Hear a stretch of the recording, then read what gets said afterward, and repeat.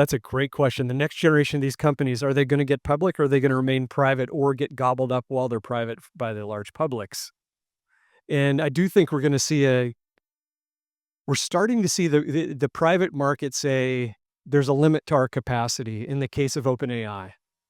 They're basically saying, "We don't have the capacity." That drove OpenAI to the debt markets. The debt markets said, "We only have so much capacity. You better get yourself public if you want access to more equity capital and more capital in general."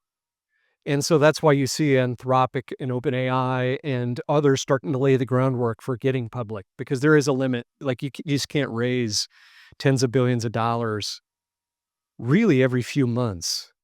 Like, X's burn rate is more than $1 billion a month. So Elon's got to be out continuously raising 10 to $20 billion chunks of capital, and the market's kind of signaling uh, we're overexposed.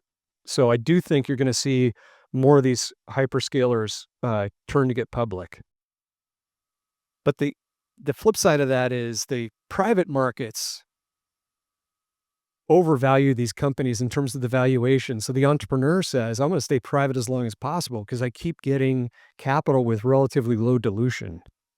And that's the dynamic that's keeping a lot of private companies private for a long time. If I'm Stripe, I don't have to put up all the hassle of being public, and people are constantly giving me essentially non-dilutive or very low dilutive capital. I'm going to take that for as long as I can until the market signals we don't have any more for you, and then I'll go public.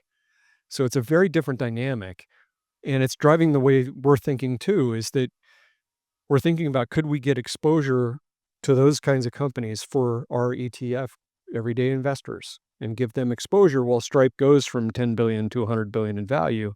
Can you get them exposure along that curve? Because those are liquid stocks in the secondary market.